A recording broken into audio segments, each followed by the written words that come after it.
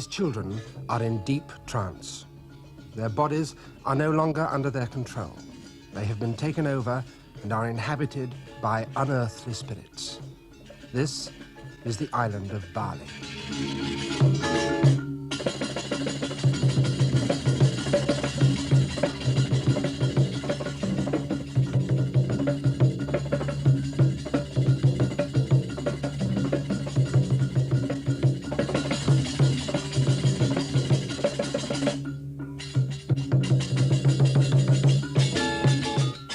When the Balinese are in trance, they perform acts that they couldn't repeat without pain, or indeed repeat at all in a normal state. And the ability to communicate with the gods through trance lies at the heart of Balinese religion.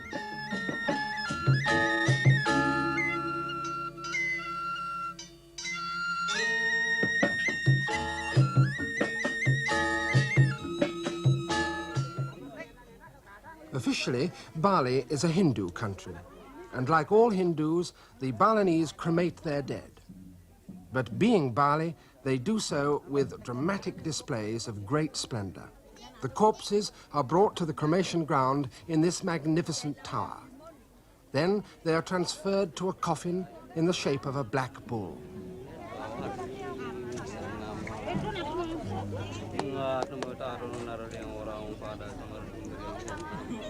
Because the cremation rituals are so complex and demand so many offerings, they cost a great deal of money.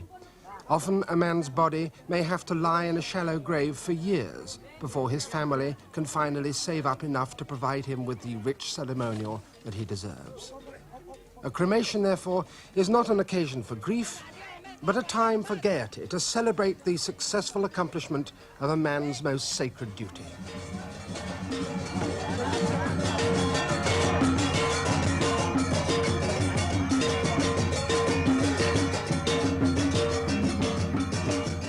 Now, at last, the spirits of the dead are being liberated from their earthly bodies to ascend to a higher world where they will dwell until they are reincarnated once more as better beings.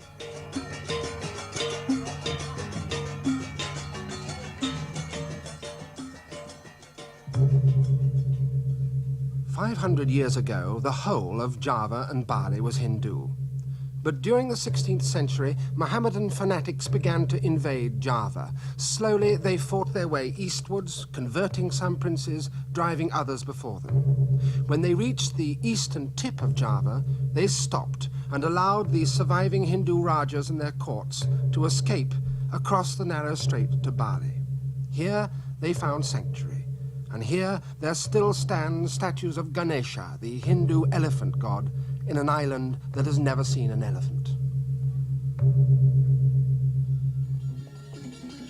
The Javanese Rajas brought to Bali much else beside their religion, for with them into exile travelled their court musicians and their artists. As a result, Bali became the sanctuary for the cream, the distillation of what was, at the time, the most sophisticated culture in the whole of Southeast Asia. And here, it has not merely survived, it has burgeoned gloriously.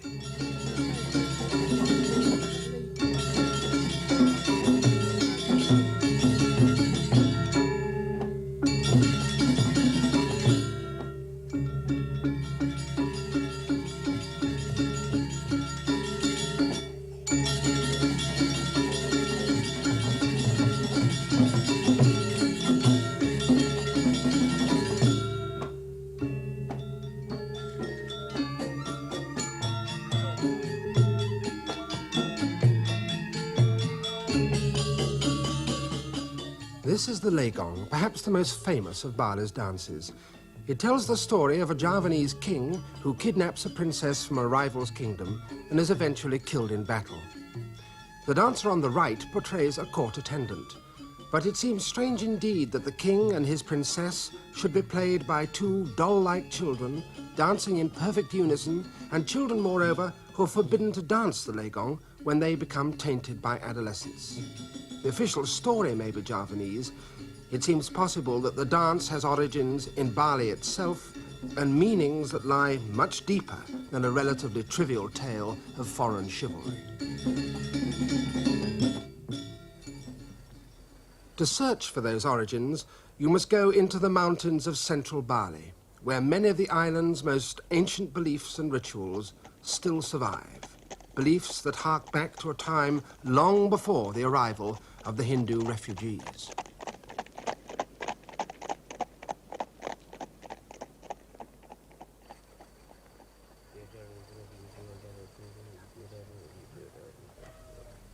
This village priest is holding 2 wooden dolls. As he prays, he smokes them with incense in just the same way as he would smoke real dancers in order to send them into a trance. On either side of him sit 2 young girls, lavishly dressed with whitened, impassive faces. Girls who have been specially selected by the priest and the villagers for this particular ceremonial.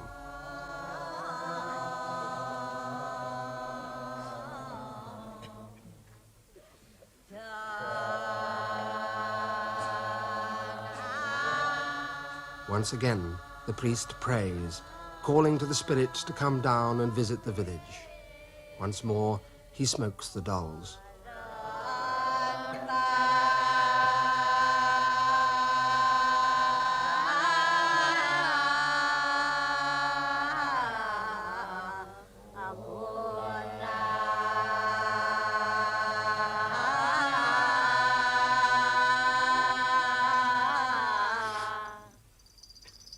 They begin to vibrate just as a human being vibrates when he's on the verge of a trance.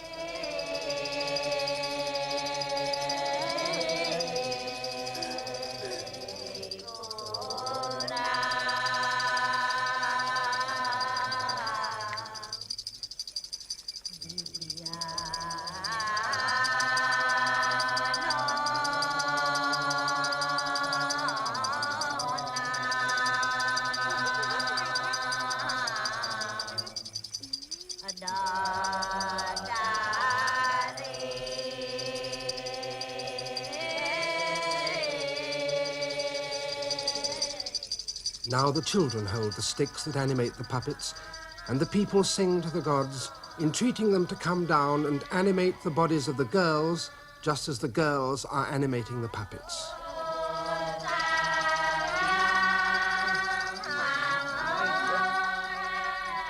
Slowly, the children's eyes fall shut. Slowly, they drift into trance.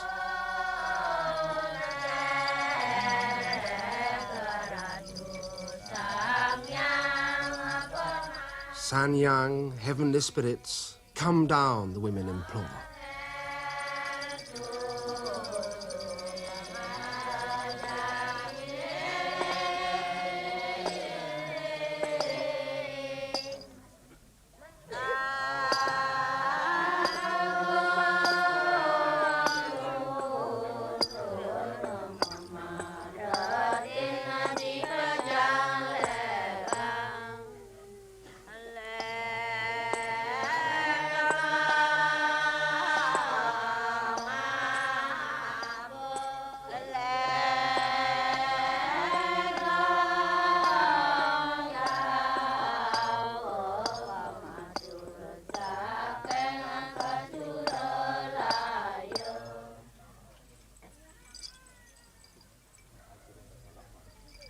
Now the girls are in trance.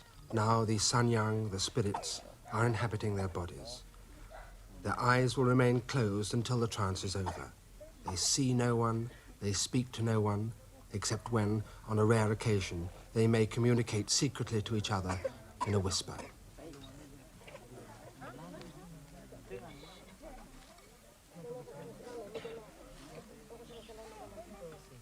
More offerings must be made. The villagers now address the children as Ratu, your highness, as befits a goddess. The children themselves are acquiring new characters. They may well become petulant and arrogant and quite unlike their normal selves.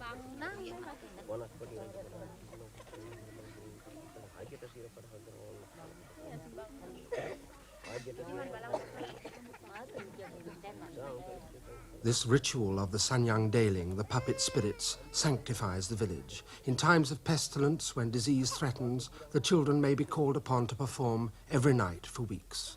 They must be children, for the heavenly spirits wish to inhabit pure bodies, uncorrupted by adolescence.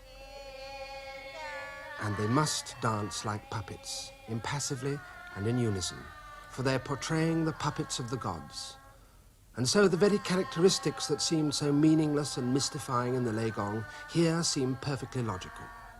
What more likely, then, that this is the origin of the Legong, and that the Javanese princes 400 years ago, anxious to recreate the sophisticated splendor of their court in Balinese exile, took the child trance dancers of the villages and used them to recreate a pantomime of their court legends. But the Sanyang Daling dancers, though they may now have been excelled in technique and sophistication by the Legong dancers of the lowlands, can, in their trance, perform feats which no Legong dancer can emulate.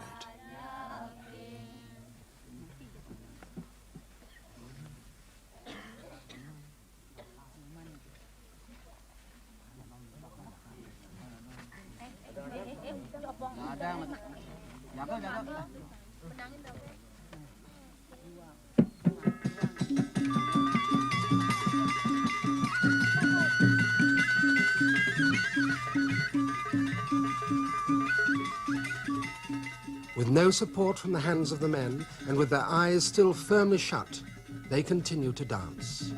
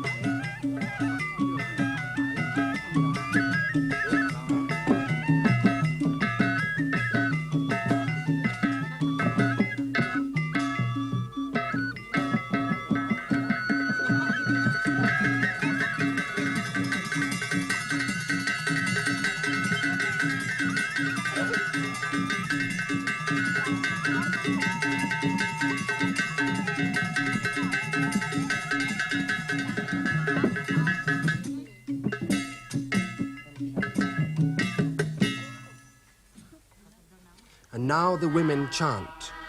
They quickly come the nymphs, they sing. Two together they dance, like lilies with pollen in the center, blown by the wind and swaying. The water lily seeks the sandut flower, they fall, and as they fall, the heavenly nymphs bend over backwards.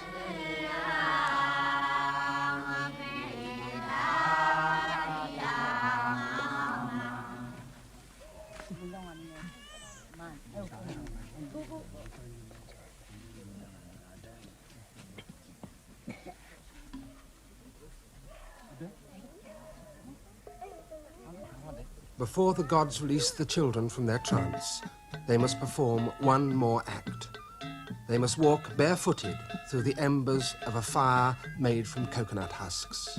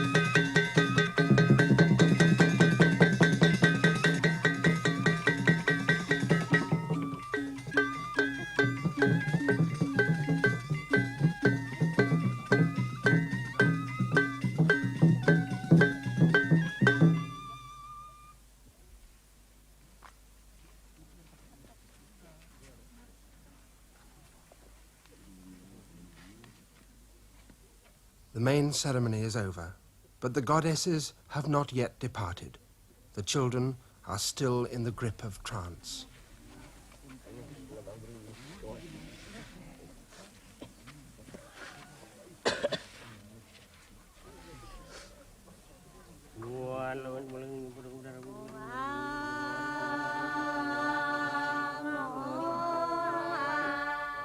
Once more the priest must pray, this time to bring the girls out of their trance.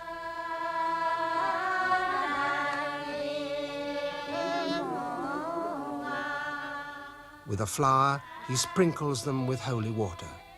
The women pray, giving thanks.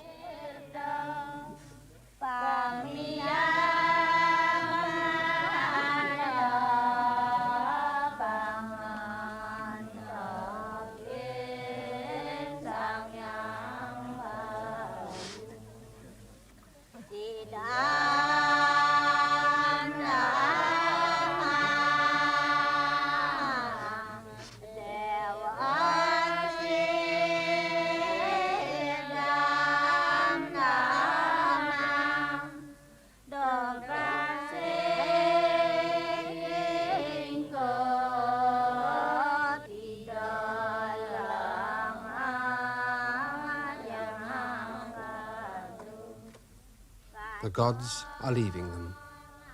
The trance is over. Once more, they are little girls. Once more, they have demonstrated that the gods are all around, invisible, but in direct communication with the people. The priest who gives them absolution is officially a Hindu priest, but the rites over which he presides have probably existed in Bali since long before Hinduism arrived. This ancient religion of the island seems to have been an animistic one, a belief that all things in creation have individual spirits. And since this is so, it follows that wherever nature manifests itself in a specially prodigal or spectacular fashion, then there must be a specially holy place. Monkeys are rare in Bali. In this forest alone do they exist in large numbers. In this forest, therefore, shrines have been built to celebrate them and to give thanks to the spirits of nature. Here, it's an act of piety to bring food to the monkeys.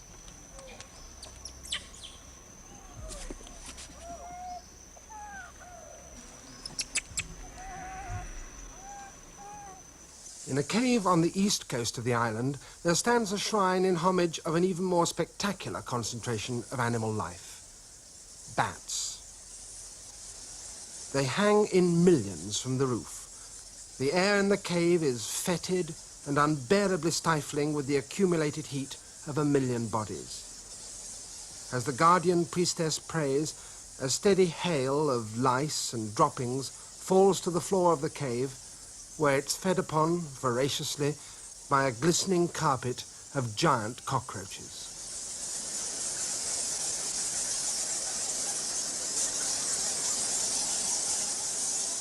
On the rocks at the back lives a python which feeds on the dead bats that fall from the roof. A hideous place may be to many eyes.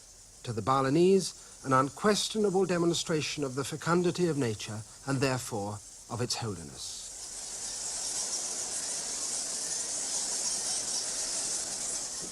Since animals have spirits, those spirits may as well possess the bodies of a man as may the spirit of a goddess. Even the spirit of the most ordinary creatures may do such a thing. This man is about to become possessed by the spirit of a pig. Only in the remote mountain villages do these animal possessions take place. The people themselves can't explain why these strange ceremonies are held, yet the men of certain families habitually and deliberately go into trance to become pigs, and become possessed to such a degree that unless they are cared for, they may injure themselves. The process of going into trance is achieved again by being smoked with incense. These occasions are watched with pleasure by everybody in the village. These people are familiar with the supernatural. It's entertainment, sometimes even comedy.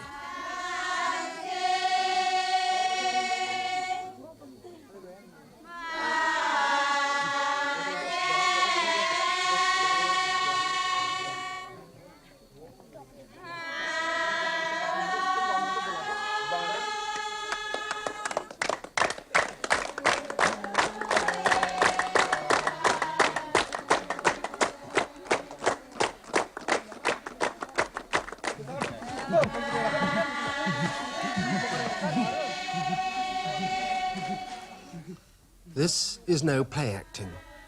One night, a man, entranced as a pig, broke through the cordon of villagers and escaped into the surrounding rice fields. In the darkness of the night, no one could catch him.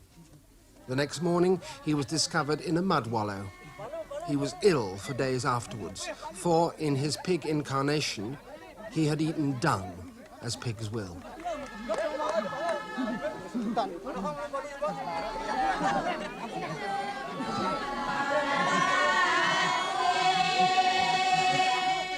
The villagers taunt and jeer at the entranced dancers. They jostle them just as they would jostle a pig. To an outsider, this seems no more than some extraordinary game, some pantomime stunt.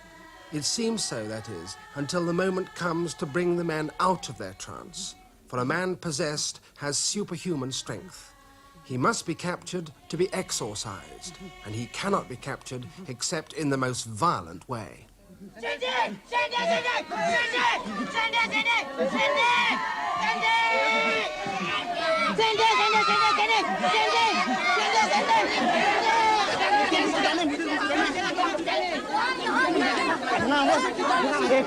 Batang di mana ini?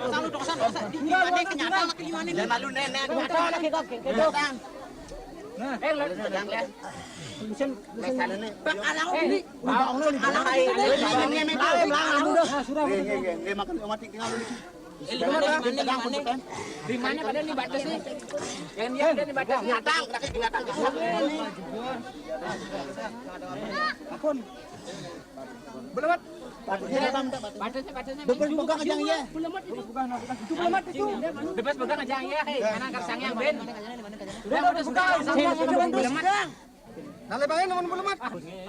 Kebusi po kebos men kebos men ngoyong tuh. Na boleh bin.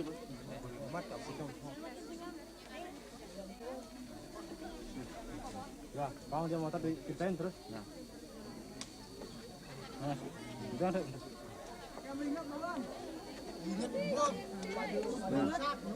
Ingat, Bang. Bangun.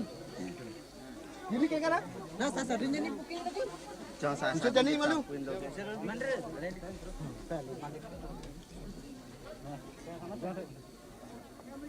He remembers little of what happened. The song the women sang to him, little more. But he knows that he's experienced something vaguely delicious, and he feels exhausted to his very soul.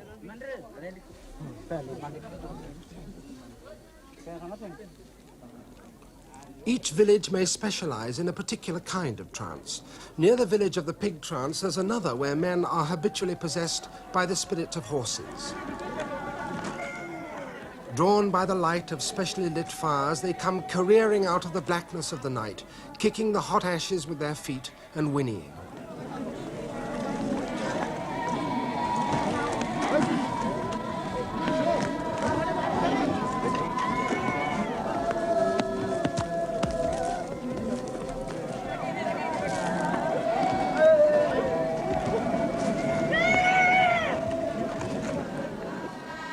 It's not only the spirits of animals which may possess a man. Objects have spirits, and even they may do so. This man is about to become entranced by the spirit of the lid of a pot, represented by the wooden disc tied to his hand.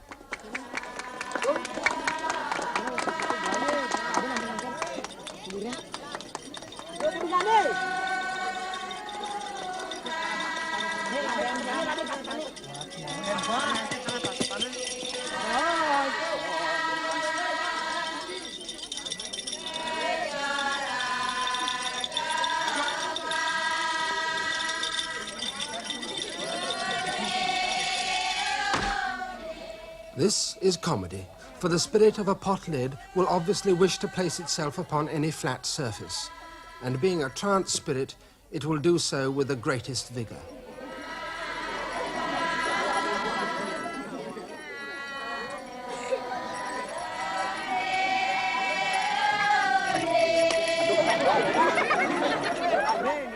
The villagers shriek with laughter.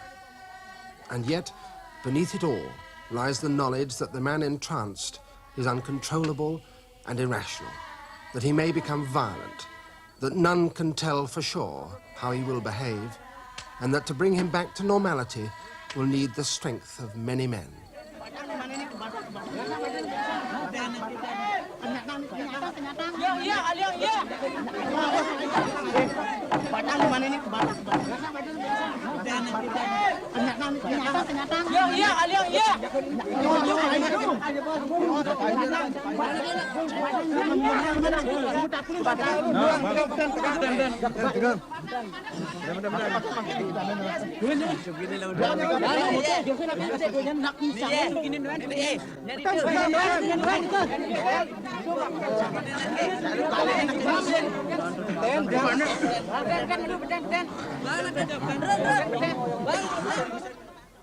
The fact that all things, animate and inanimate, have spirits means that every natural phenomenon must be watched, considered, and where appropriate, reverenced.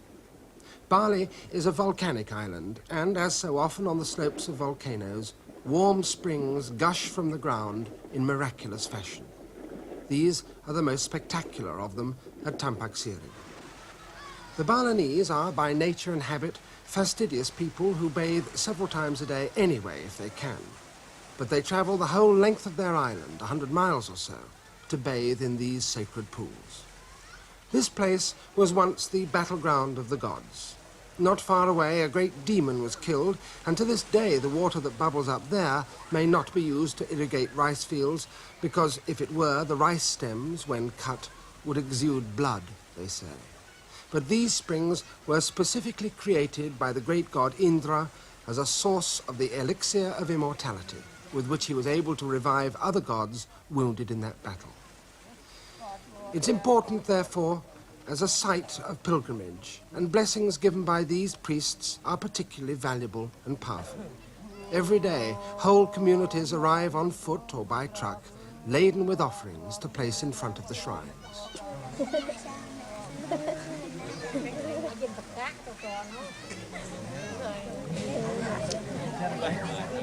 All important places in Bali have their own temples, but there are 6 which are particularly holy, and this is one of them, Luhur, which stands on the southernmost tip of the island, overlooking the sea.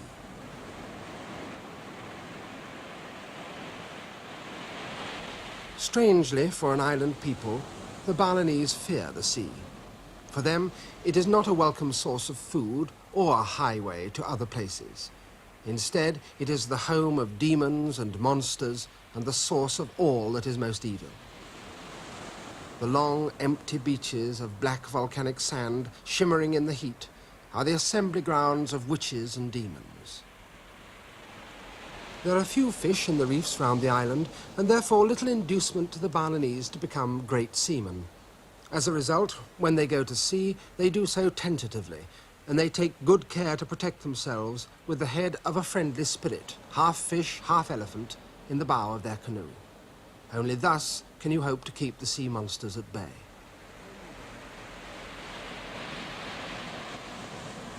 The sea gods must indeed be placated, for evil spirits must be taken account of just as much as good ones.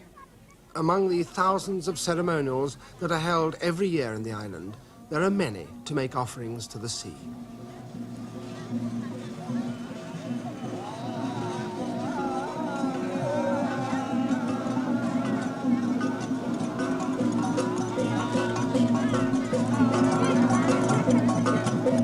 Often the guardian spirits of a village near the sea are brought down in procession to spend an evening on the frontiers of their kingdom.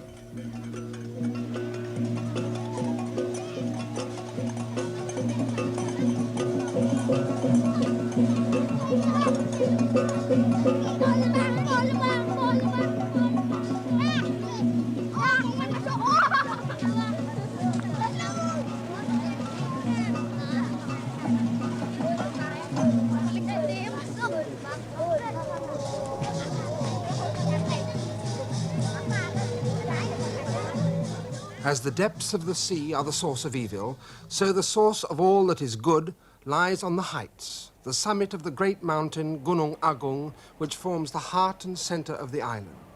And yet, by a tragic paradox, Gunung Agung is a volcano.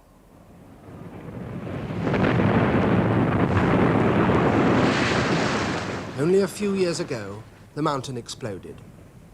Lava poured down its flanks in an irresistible and lethal flood. The people took flight before it, stunned and mystified that their god should have turned against them. In some way, it seemed, they must have unknowingly offended. The lava swept towards them, turning rivers to steam before their eyes.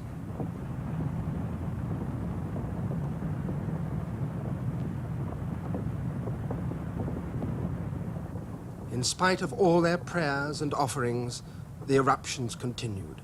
Many people fled.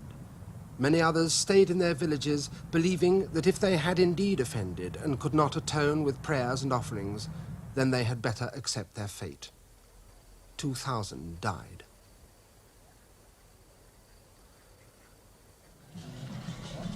But the spirits that exercise the most power over the minds of the Balinese are neither remote nor impersonal. They are, on the contrary, creatures that the people know intimately and personally. Nor are they some recently imported deities from India or anywhere else. But they are gods whose origin lies directly in Bali.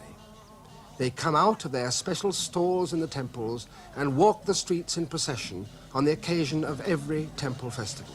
And the most important and friendly of them all is a magnificent shaggy creature, the guardian of the village, the Barong. He it is who plays one of the main roles in the most spectacular temple rituals.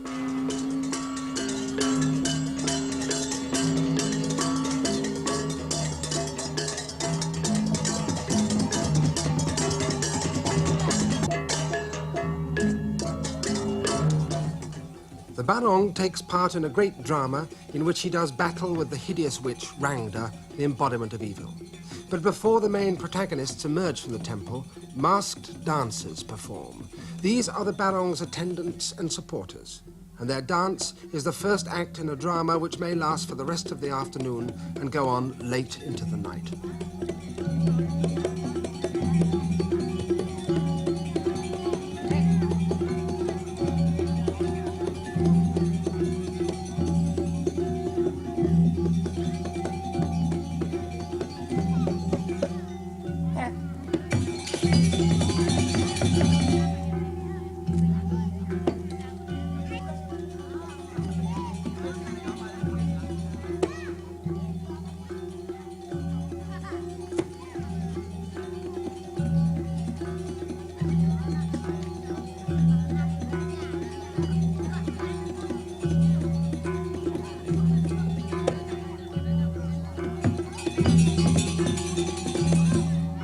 Barong awaits in his specially built stall, oblivious of these preliminaries, while the gamelan orchestra plays the sacred melodies.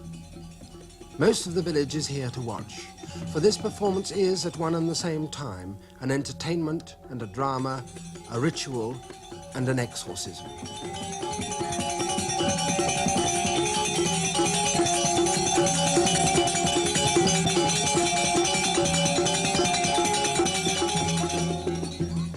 As darkness falls, the Barong begins to dance.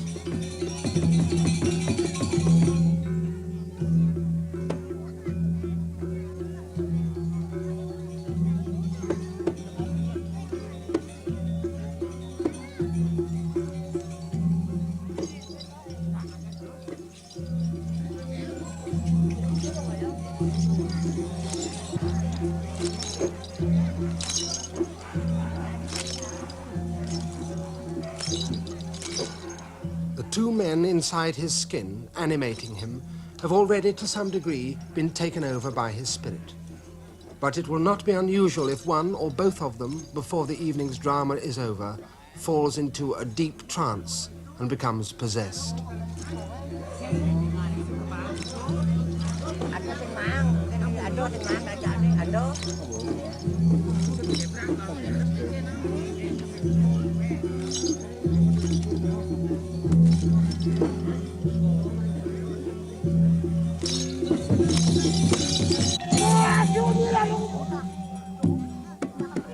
The Barong's first opponent has emerged from the temple.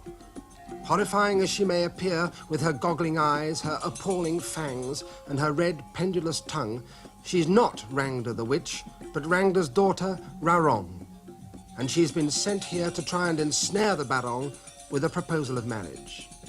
The white cloth she holds is an instrument of her magic. By waving it, she casts spells. By placing it over her head, she becomes invisible.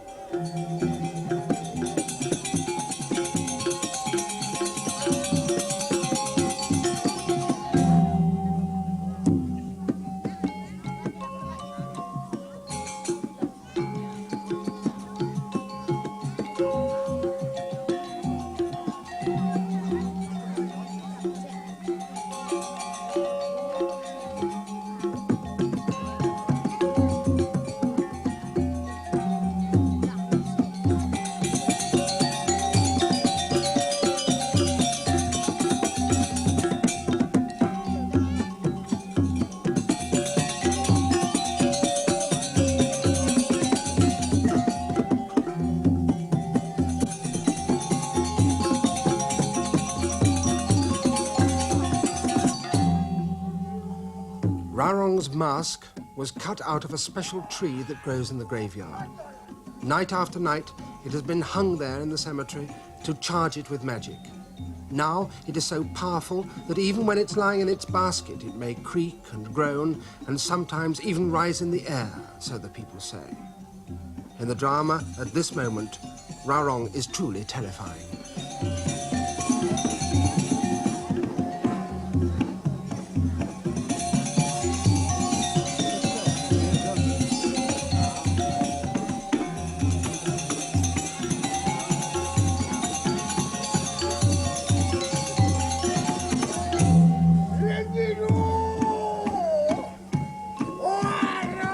The first skirmish with the Barong is about to begin.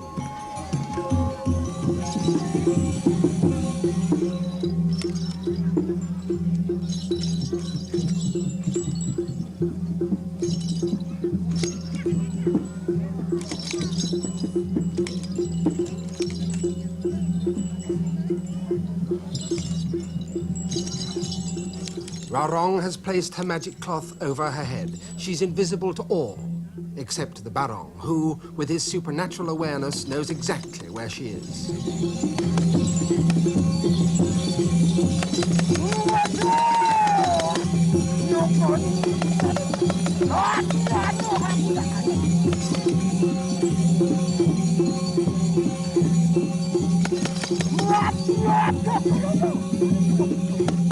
Although this is a ritual, although all the villagers watching so intently know the plot and the theoretical outcome of the battle, this conflict is nonetheless a real one. In a sense, there is a haunting fear that maybe things will not go as they should. Maybe this time the Barong, the guardian of the village, will not win as he has always won in the past. Maybe this time the health and the well-being of the village is in real jeopardy. There is a momentary pause, a lowering of tension in the play that has already been going on for an hour or so. And then suddenly the drama tautens, for out of the temple for the first time comes Rangda.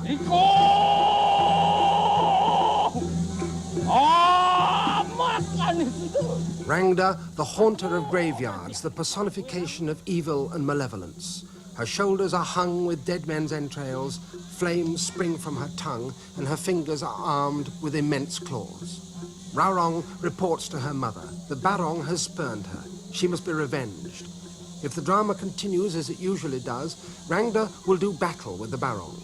She will appear to get the upper hand, and men in the audience will fall into trance and rush to the Barong's defense, waving swords. Rangda will then bewitch them and make them turn their swords upon themselves. But the Barong will miraculously prevent the swords from doing any harm to her supporters. That is what should happen. But things do not always turn out as expected.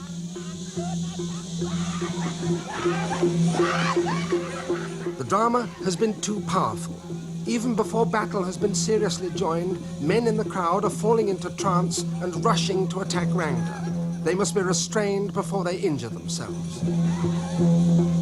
And now Rangda herself goes into trance.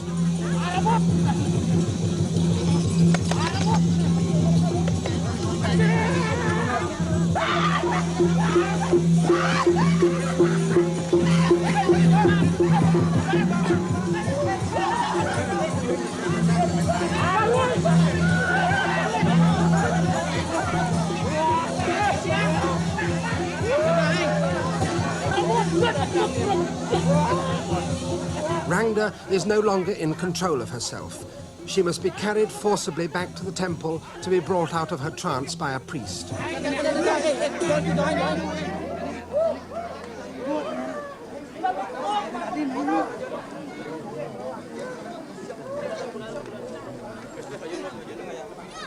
It seems that the play has come to an early and unexpected end, without any of the usual demonstrations with swords and self-stabbings. The Barong visits each of the entranced villagers, giving her benison to bring them out of trance. But all is by no means over yet.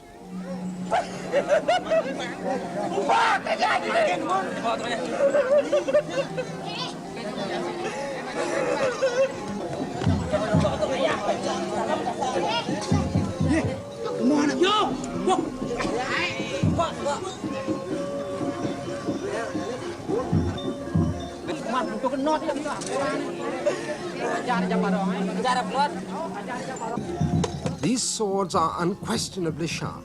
If a man is not deeply entranced, he may well injure himself severely. If he is impure, he would be in great danger. If he had touched a corpse within the last 7 days, the swords would certainly pierce his flesh.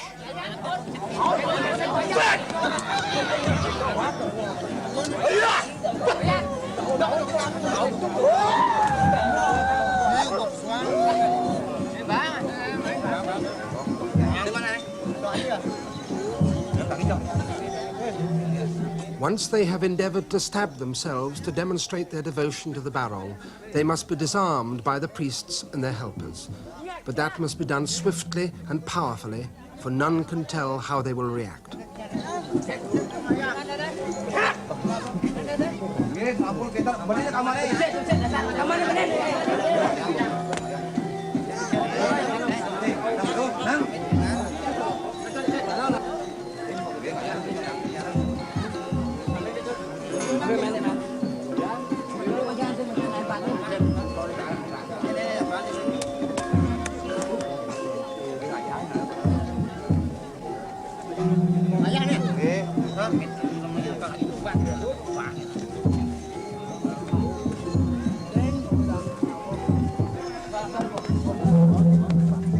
To be brought out of trance, the men must now be sprinkled with holy water. But when it appears, one of the most powerfully entranced men in his passion seizes the jar to drink it.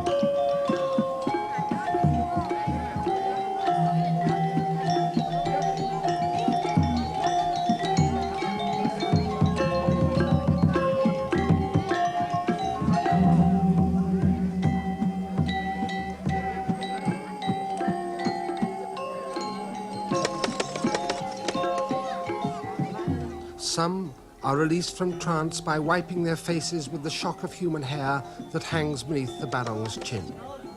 But final exorcism will not happen except inside the temple itself.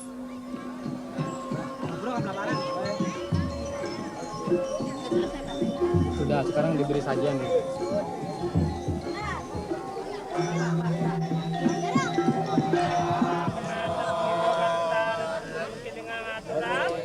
Within the courtyard of the temple, the village priest prays and makes offerings before the shrines. In front of him stands the Barong and attendants holding on their heads the baskets which now contain the magic masks of Barong and Rangda. Many men are still entranced and moaning. Before all can be brought back to this world, the sacrifice of a chick must be made.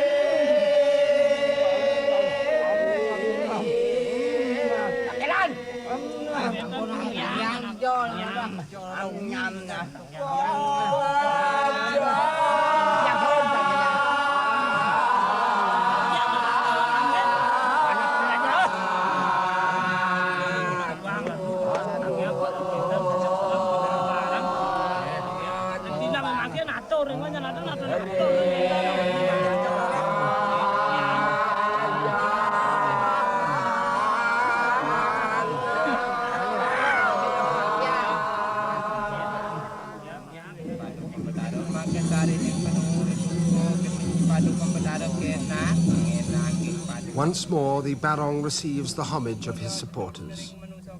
Once more, evil has been routed, good has triumphed, and the village has been saved. Once more, the gods have demonstrated the continuity between the natural and the supernatural by coming down to earth and for a short time inhabiting the bodies of men.